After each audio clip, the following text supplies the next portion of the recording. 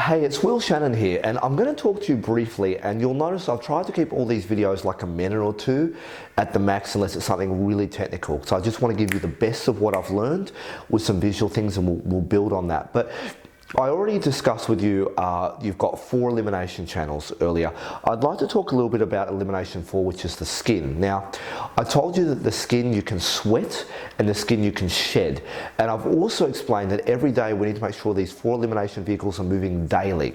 And so now that we've already discussed together the kidneys, the bowel and the respiratory system, let's focus on the skin. Now the skin is very, very simple. You're only going to need to do 2 things for the skin. Now, primarily, I'd like to get you what's called a dry skin brush. Now, a dry skin brush we sell online for $20. You can get it from us or you can get it from anywhere else, but I encourage people to dry skin brush. Now, dry skin brushing takes care of the shedding component of the skin. Now, we all shed individual cells every day, and this will eliminate that. Now, when you do iridology, you sometimes see what's called a scurf rim, which is a rim around the outside of people's eyes where the skin is not eliminating effectively. Now, when I see that, I always encourage people to dry skin brush. So we're going to dry skin brush together. The second thing that I encourage you to do is sweat till you're wet. There was a very famous naturopath in America called Dr. Robert Young. He was in Utah. He was a pioneer in live blood analysis in the United States. And he used to always say, I get my clients every day to sweat till they're wet. Now, in our clinics, we always have an infrared sauna, and we encourage people to come in and sweat anytime they want to. Now, if you don't have an infrared sauna sitting in your house, which most people don't, you can use a bathtub. If you've got access to a bathtub, there'll be a page somewhere below or around this video, and I will encourage you to get herbs that you can easily access. Now, it could be powdered ginger, powdered garlic. Now, please don't use cayenne pepper in the bathtub because that will burn you in places that I don't care to describe right now, but powdered ginger and powdered garlic and other things, you can use bicarb, Epsom salts, but you can even put peppermint and chamomile in as a tea bag.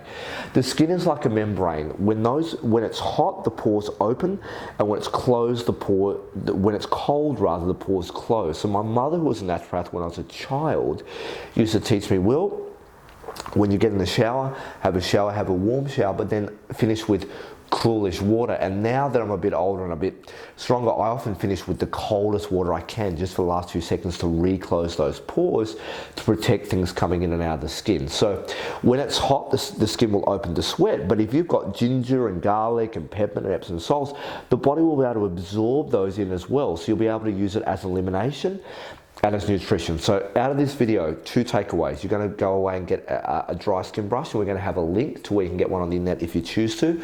You're going to have a link with also the sweating. Now, the only other caveat that I would give you for the skin is that I've treated a lot of clients, and an interesting thing I've noticed is that if there are issues with the skin, when you give circulation herbs, they tend to clear up.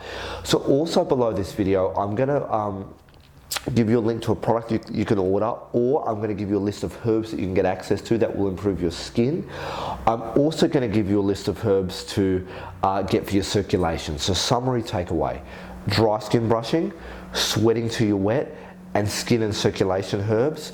And please just remember one other thing: when all your other elimination channels are working effectively, because the 4 work together, there's less likely to be rubbish coming out through your skin as well. Now, the only other thing, I know I said I finished, but the only thing I forgot I want to share with you is that if you've got reproductive type acne and things going on with the skin, I'm also going to post a link here, even though we're going to cover it in later sessions, of maybe some herbs you can just think about getting started with that either I can support you with or you can get from somewhere else to promote a bit of a healing in the reproductive area to promote that. So if it's reproductive acne, we're going to have circulation herbs, a bit of reproductive herbs, some eliminative herbs, and in later modules we're going to cover some foods and things for reproductive areas. Talk to you soon.